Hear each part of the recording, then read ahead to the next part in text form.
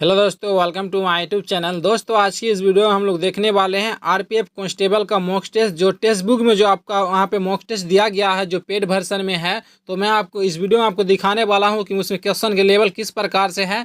आप उसमें क्वेश्चन का जीके सारे मैं आपको बताऊंगा। 50% जो जीके का आने वाला है किस प्रकार से दिया गया है। तो चलिए वीडियो को शुरू करते हैं। अगर आपको वीडियो पसंद है, वीडियो को लाइक कर दीजिए और चैनल को जरूर सब्सक्राइब कर लीजिएगा। ये हमारा पार्ट 1 है, आपको डेली एक करके मिलता जाएगा।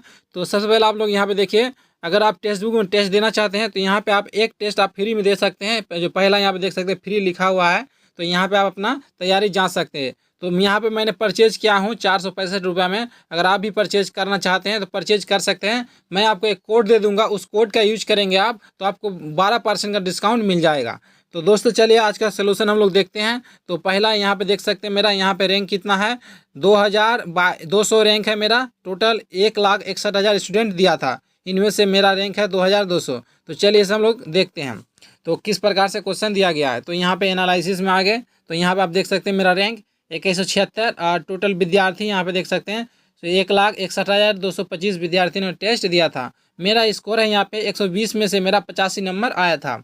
यहाँ पे आप देख सकते हैं, यहाँ पे आपको अटैम्प्ट दिखाई देगा। मैंने टोटल 113 अटैम्प्ट किया था और उनमें से यहाँ पे अगर आप क्लिक करेंगे तो यहाँ पे देख सकते हैं कौन से सेक्शन में कितना आया था।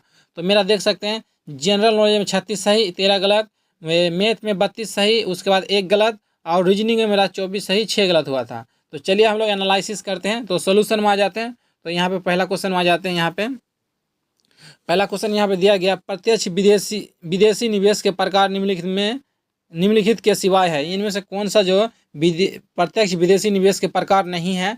तो इसका मैंने ऑप्शन मारा था, ऑप्शन नंबर बी प्रबंध, इसका बी मारा था, बी सही होगा। प्रबंधन अनुबंध, ये आपका उसके प्रकार नहीं है। दूसरा क्वेश्चन आपका सरकारी आयोग संबंधित है, तो इसे आंसर होगा आपका 3 नंबर हो जाएगा। केंद्र और राज्यों के बीच संबंध से था, तो ये मेरा सही हुआ था।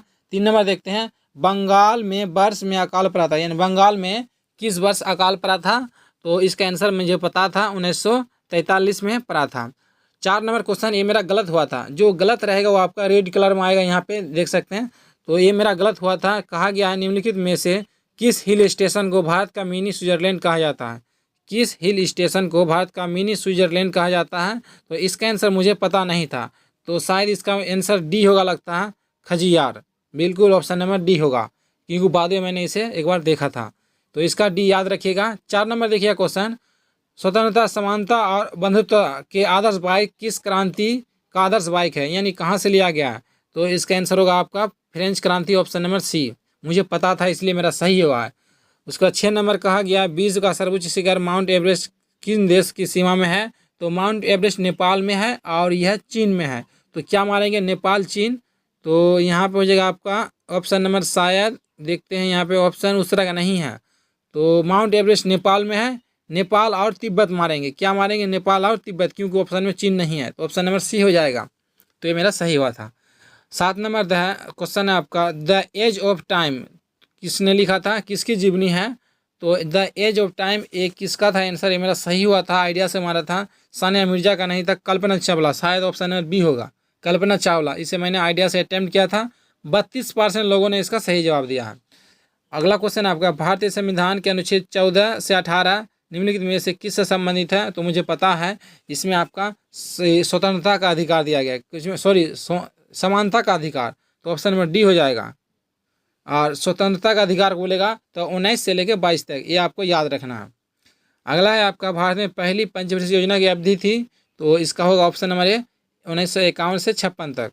अगला क्वेश्चन आपका, 2011 की जनगणना के अनुसार भारत की कितनी प्रतिशत आबादी द्वितीयक कार्यों में लगी हुई है। तो इसका आंसर होगा आपका 24.3%। द्वितीयक मतलब क्या, पहला हो गया कृषि क्षेत्र में, द्वितीयक जो उद्योग धंधे उसमें, और तृतीय क्षेत्र बोलेगा तो सरकारी नौकरी यानी सेवा क्षेत्र। अगला क्वेश्चन है, भारतीय संविधान के कौन सा अनुच्छेद धर्म की स्वतंत्रता की गारंटी देता है। तो धर्म के बारे में अनुच्छेद कितना में है। तो हो जाएगा इसका 25 से 28, ऑप्शन नंबर सी। ये सारे प्रश्न आपको याद रखना। देखिए मेरा यहाँ पे कितना शुरू में सही हुआ था, 5 से लेकर यहाँ पे पूरा 11 12 सब सही है। अगला क्वेश्चन आपका, निम्नलिखित में से कौन सिखों के 10वें गुरु थे। तो इसका आंसर है गुरु गोविंद सिंह।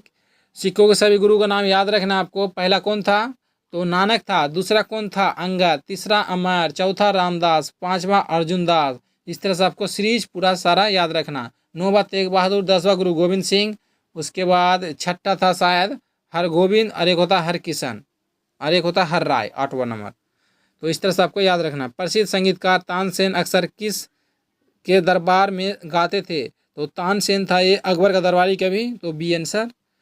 आप लोग क्वेश्चन का लेवल देखिएगा यहाँ पे। बगदाद किस देश की राजधानी है? तो बगदाद किसका है? तो इराक का हो जाएगा, ऑप्शन नंबर सी।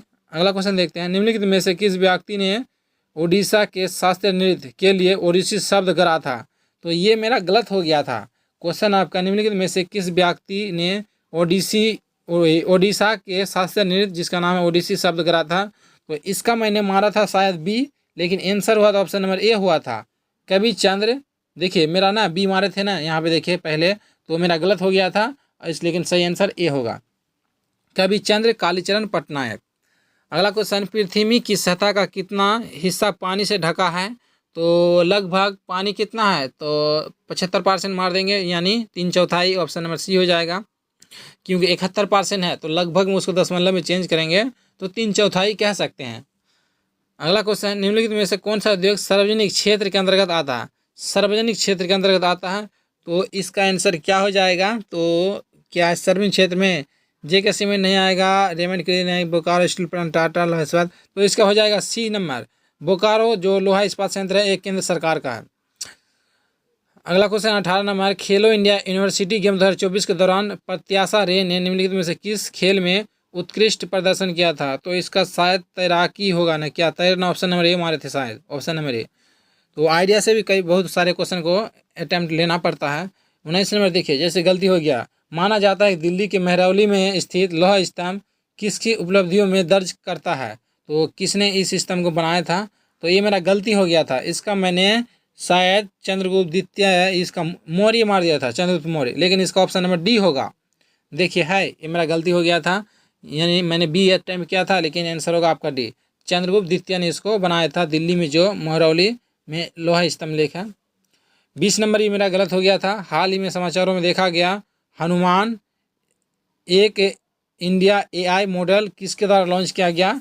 तो मैंने इसका मारा था ऑप्शन नंबर बी, ChatGPT, लेकिन इसका आंसर शायद भारत GPT होगा, ऑप्शन नंबर ए बोले ना, ऑप्शन नंबर ए होगा, मेरा बी मारे थे, गलत हो गया था। आप लोग सीख लीजिए। निम्नलिखित में से किसे आर्थिक विकास का अच्छा संकेतक माना जाता है? आर्थिक विकास का अच्छा संकेतक किसे मानेंगे? कर्ज में लगातार बढ़ोतरी, अंतर्राष्ट्रीय व्यापार में वृद्धि, जनसंख्या में लगातार वृद्धि, सकल घरेलू उत्पाद में लगातार बढ़ोतरी, ऑप्शन नंबर डी हो जाएगा, इजी सवाल था। उसके बाद भारत में ईस्ट इंडियन कंपनी की स्थापना कब हुई? तो सी हो जाएगा, 1600 ईस्वी, इजी सवाल है। उसके बाद 2016 में सर्वोच्च न्यायालय ने स्पष्ट किया कि तीसरे लिंग में शामिल होंगे, तो तीसरा लिंग किसे कहेंगे? ट्रांसजेंडर, तो ऑप्शन नंबर सी जानते थे। उसके बाद कर्पूरी देवी एक क्या है ख्यात नाम कलाकार किस पेंटिंग के से संबंधित है? तो कर्पूरी देवी ये बिहार का है, तो इसे मैंने रिलेट करके मारा था आइडिया से, तो मधुबनी होगा। सही बात है, मैं नहीं जान रहा था, आइडिया से भी मारना पड़ता है, नहीं तो स्कोर नहीं कर पाएंगे, सारे छोड़ देंगे। तो उसके बाद शहबाज शरीफ पाकिस्तान के प्रधानमंत्री बने थे, तो इसका 24वें बने थे, इसलिए ऑप्शन नंबर 24 होगा। आपको याद रखना है करंट अफेयर्स भी, पड़ोसी राज्य का जितना भी करंट अफेयर्स बनता है उसे आप लोग को ध्यान में रखना। और दोस्तों अभी तक आपने अगर वीडियो को लाइक नहीं किया है तो लाइक कर दीजिए और चैनल को जरूर सब्सक्राइब कर लीजिएगा। यहाँ पे क्वेश्चन आपका के कलेकराडी नृत्य मुख्य रूप से निम्नलिखित में से किस राज्य में किया जाता है? तो ये मैं जानता था, ये केरल आंसर होगा। और ये सब प्रश्न आपको बहुत सारे किताब में नहीं मिलेगा, किस किताब में मिलेगा मैं आपको बता देता हूँ। पिनाकल का आता है स्टैटिक जीके चैप्टर वाइज, उसमें मिल जाएगा आपको, तो इसमें आपको सारे क्वेश्चन मिल जाएंगे। काफ़ी अच्छा किताब है, स्टैटिक जीके पिनाकल कंपनी का आता है चैप्टर वाइज। ये आपका फर्स्ट एडिशन आया है 2023 में, दिसंबर माह में आया था 2023 में, पहला एडिशन बना है अभी, जस्ट ही किताब लॉन्च किया गया है, तो उससे आप कवर कर सकते हैं। अगला क्वेश्चन देखते हैं। दिल्ली में कुतुब मीनार की नींव किसने रखी थी? कुतुब मीनार तो कुतुबुद्दीन ऐबक ने बनाया था, तो ऑप्शन नंबर सी, नींव का बात कर रहा है। उसके बाद अगला क्वेश्चन देखते हैं। हमारे संविधान में समवर्ती सूची का अवधारणा किस देश से लिया गया था? समवर्ती सूची लिया गया ऑस्ट्रेलिया के संविधान से, तो सी आंसर होना चाहिए। उसके बाद फ्लिपकार्ट UPI सेवा लॉन्च करने के लिए किस बैंक ने फ्लिपकार्ट के साथ साझेदारी की है? ये मेरा गलत हो गया, करंट अफेयर्स का क्वेश्चन है। जो फ्लिपकार्ट जो कंपनी है ना, शॉपिंग ऐप है, तो वह जो UPI सेवा शुरू किया है किस बैंक के साथ? तो मैंने इसका मार दिया था शायद ICICI बैंक मारा था, लेकिन इसका आंसर होगा axis bank, option number D. आप फ्लिपकार्ट को खोलेंगे तो वहाँ पे लिखा आएगा एक्सिस बैंक UPI जनरेट, यानी आपको बनाने के लिए कह रहा। तो यहाँ पे आपका आंसर डी याद रखना। अगला क्वेश्चन चलते हैं। APJ अब्दुल कलाम द्वारा लिखित पुस्तक है, तो इसका आंसर होगा ऑप्शन नंबर बी हो जाएगा, turning points a journey through challenges, option number B. अगला क्वेश्चन, निम्नलिखित में से कौन जापान की मुद्रा का नाम है, तो हो जाएगा option number B N. Lira है तुर्की का, पेसो बहुत सारे देशों का है। उसके बाद देखिए क्वेश्चन आपको ना यहाँ पे लगभग आप 50 में से अगर 40 सही कर देते हैं तो आपका चांस है रिजल्ट बन जाएगा RPF का। यहाँ पे देखिए निम्नलिखित में से किस दिन को पृथ्वी दिवस मनाया जाता है, पृथ्वी दिवस 22 अप्रैल, सी हो जाएगा, इजी सवाल है। यहाँ पे देख सकते हैं मेरा जो स्कोर कार्ड है, यहाँ पे मेरा 36 GK में सही, 14 गलती हो गया था, 32 मैथ में सही, 1 गलती हो गया था, 24 रीजनिंग में सही, और यहाँ पे 6 गलती हो गया। तो यहाँ पे मेरा रीजनिंग का स्कोर काफ़ी कम है, और टोटल एवरेज स्कोर मेरा इसमें कितना आया था आपको बता चुके हैं। उसके बाद आगे देखते हैं। अंतर्राष्ट्रीय महिला दिवस मनाया जाता है 8 मार्च को। क्वेश्चन का लेवल उतना हाई नहीं है। समाचार पत्रों में एवं पत्रिकाओं का पंजीकरण किस पोर्टल के माध्यम से ऑनलाइन होगा, कह रहा है समाचार पत्रों एवं पत्रिकाओं का पंजीकरण किस पोर्टल के माध्यम से ऑनलाइन होगा। इसे मैंने आइडिया से अटेम्प्ट किया था, तो इसका सेवा पोर्टल हो जाएगा लगता है ऑप्शन नंबर डी, से प्रेस सेवा पोर्टल, ऑप्शन नंबर डी। तो आइडिया से अटेम्प्ट किया था, पता नहीं था। देखिए यहाँ पे 16% स्टूडेंट का राइट हुआ है, बाकी सभी गलती किया है, मेरा भी सही हो गया है।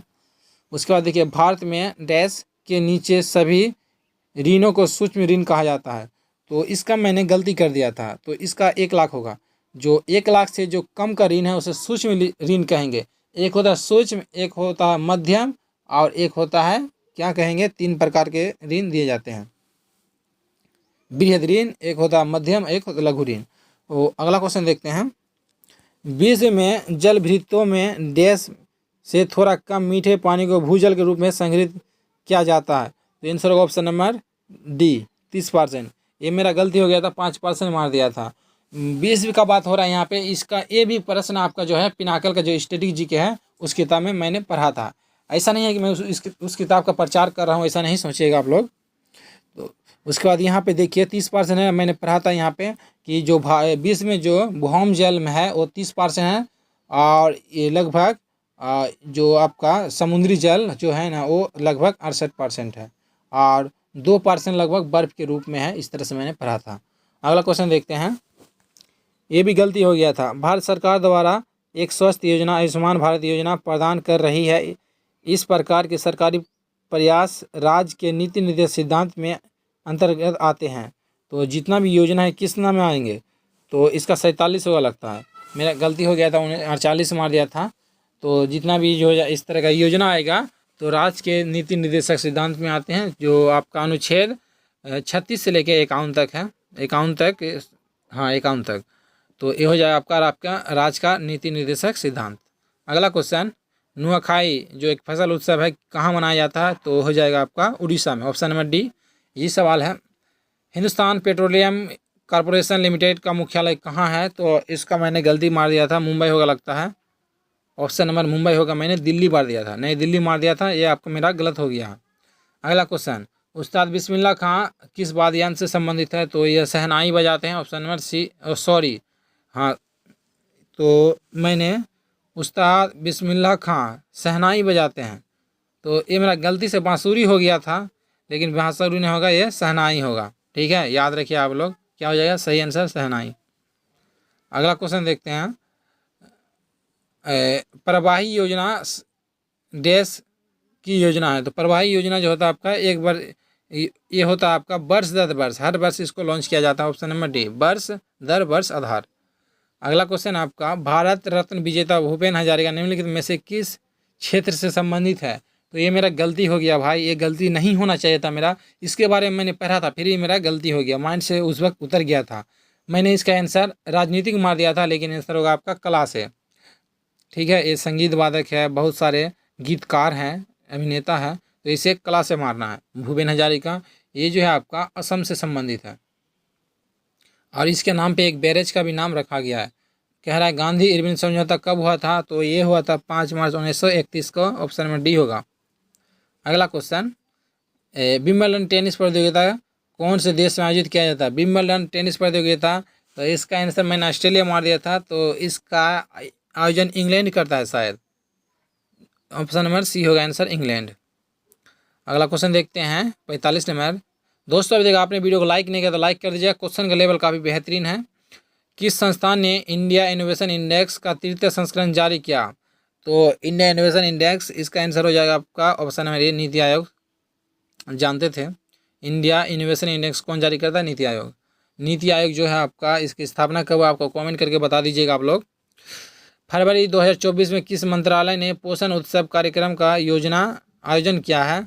तो ये मेरा गलती हो गया था, इसका आंसर हो जाएगा ऑप्शन नंबर ए होगा शायद, मैंने बी मारा था। उपभोक्ता मामले एवं खाद्य और सार्वजनिक वितरण मंत्रालय, नहीं पता था। तो यहाँ पर क्वेश्चन में कहा गया है, यहाँ पे देखिए फरवरी 2024 में किस मंत्रालय ने पोषण मतलब क्या, खाने वाला, इसलिए मैंने मार दिया था उपभोक्ता मामले से। तो इसका आंसर ऑप्शन नंबर ए होगा, महिला एवं बाल विकास मंत्रालय। अगला क्वेश्चन, टेबल टेनिस के लिए खेल की सतह की लंबाई होती है, ये मुझे पता था लेकिन ऑप्शन देख के मैंने कन्फ्यूज हो गया। ऑप्शन नंबर ए आंसर होना चाहिए था, लेकिन मैं गलती कर दिया, इसका मैंने बी मार दिया था। तो याद रखिए आपका टेबल टेनिस जो होता है ना, जो चीन का राष्ट्रीय खेल है, इसकी लंबाई कितनी होती है सतह की? 2.74 मीटर, लगभग बोल सकते हैं 2.25 मीटर। अगला क्वेश्चन, प्रसिद्ध कटक रूपी तारकासी, उसके बाद ने हाल ही में भौगोलिक संकेतक जीआई टैग अर्जित किया, यह भारत के किस राज्य से संबंधित है? तो यहाँ पे क्वेश्चन बहुत इजी है, इसे देख के घबराना नहीं है। यहाँ पे सिर्फ एक शब्द को पकड़ना है। कहा गया प्रसिद्ध कटक रूपी तारकासी। कटक कहाँ पे है? तो ओडिशा में है, तो सीधा मारेंगे ओडिशा, दिमाग नहीं लगाना है। देखिए 29% लोगों सही कर पाए हैं, इनमें से मैं भी हूँ जो सही किया हूँ। शिव समुद्र जलप्रपात किस नदी पे है? तो यह कावेरी नदी पे है और यह कर्नाटक राज्य में है, यह भी आपको याद रखना है। अगला क्वेश्चन और आज का आखिरी सवाल जीके का, फुटबॉल में गोल लाइन और पेनल्टी सपोर्ट के बीच की दूरी कितनी होती है? ये क्वेश्चन मुझे पता था लेकिन गलती कर दिया है, क्या बोलेंगे? 12 गज आंसर होगा इसका, और इसे मैंने गलती कर दिया था, इसका मैंने 9 गज मार दिया था। कितना होगा? 12 गज। तो दोस्तों टोटल 50 प्रश्न में से आपको क्वेश्चन का लेवल कैसा लगा? अगर आप इस तरह वीडियो और भी देखना चाहते हैं, चैनल को सब्सक्राइब करके वीडियो को लाइक कर दीजिएगा। और अगर जी के आप मैथ का भी देखना चाहते हैं, इस तरह से देख सकते हैं, मैं आपको दिखाना चाहूँगा, दिखा सकता हूँ। मैथ में देख सकते हैं मेरा कितना सही हुआ है, सारा देख सकते हैं यहाँ पे सही है। यहाँ पे मैथ मेरा थोड़ा स्ट्रॉन्ग है, इसलिए 32 में मैंने 33 सॉल्व किया था, एक गलती हो गया था। तो गलती कौन सा हुआ दिखा देता हूँ आपको। 23 नंबर गलती हुआ है, देख लीजिए। क्वेश्चन था यहाँ पे, एक्स ने 1250 रुपये का ऋण साधारण ब्याज पर उतने ही वर्षों के लिए लिया जितने वर्षों की ब्याज दर थी। यदि अवधि के अंत में दिया गया ब्याज यहाँ पे दिया गया 18,000 रुपये था, तो ब्याज दर क्या था? तो क्वेश्चन इजी था, थोड़ा इजी नहीं था, थोड़ा समझने में मेरा मिस्टेक हो गया, इसी वजह से गलती हो गया था। क्वेश्चन इजी है लेकिन मेरा समझने में मिस्टेक हो गया था, इसी वजह से गलती कर दिए थे। बाद में समझ में आ गया कि ये चीज़ कह रहा था। यानी यहाँ पे जो है ना, रेट जो होगा आपका एक्स मानना है और दर भी आपको एक्स मान लेना है। दोनों क्या कहा गया? समान वर्षों के लिए। अगर मान लीजिए रेट 5 होगा, 5% तो 5 वर्ष, 6 रहेगा तो 6% रहेगा तो 6 वर्ष के लगाना है, इस तरह से बनाना था। और रीजनिंग थोड़ा सा मेरा गलती हो गया था, टाइम नहीं बचा पाए थे इसी वजह से। तो दोस्तों आपको वीडियो कैसा लगा कमेंट करके ज़रूर बताइएगा। मिलते हैं फिर इसका दूसरा पार्ट में। Thanks for watching.